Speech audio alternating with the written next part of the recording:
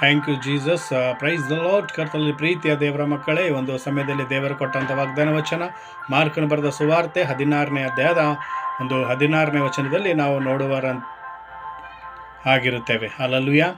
So ಇಲ್ಲಿ ದೇವರ ವಾಕ್ಯ ಹೇಳುತ್ತದೆ, ನಂಬಿ ದೀಕ್ಷಾ ಸ್ನಾನ ಮಾಡಿಸಿಕೊಳ್ಳುವನು ರಕ್ಷಣೆ ಹೊಂದುವನು, ನಂಬದೆ ಹೋಗುವನು ದಂಡನೆಗೆ ಗುರಿಯಾಗುವನು ಎಂಬುದಾಗಿ. ಹೌದು, ಕರ್ತನಲ್ಲಿ ಪ್ರೀತಿಯ ದೇವರ ಮಕ್ಕಳೇ, ಸೊ ದೇವರ ಸುವಾರ್ತೆಯನ್ನು ಕೇಳಿ ನಾವು ನಂಬಿಕೊಂಡು ಯೇಸು ಕ್ರಿಸ್ತನೇ ಸರ್ವಶಕ್ತನು, ಆತನು ಜೀವಿಸುವ ದೇವರು, ನಮ್ಮ ಪಾಪಗಳಿಗಾಗಿ ಆತನು ಈ ಲೋಕಕ್ಕೆ ಬಂದು ತನ್ನ ಪ್ರಾಣವನ್ನು ಕೊಟ್ಟು ಬದುಕಿ ಎದ್ದು ಆ ಪರಲೋಕಕ್ಕೆ ಹೋಗಿದ ದೇವರೆಂಬುದಾಗಿ ಆತನ ಸುವಾರ್ತೆಯನ್ನು ನಾವು ನಂಬುದಾದರೆ ನಾವು ಇವತ್ತು ದೀಕ್ಷಾ ಸ್ನಾನ ಮಾಡಿಸಿಕೊಂಡಾಗ ನಾವು ರಕ್ಷಣೆ ಹೊಂದ್ತೇವೆ. ಒಂದು ವೇಳೆ ಇವತ್ತು ನಾವು ದೇವರಿಗೆ ನಂಬಲಿಲ್ಲ ಅಂದರೆ ಏನಾಗುತ್ತೆ?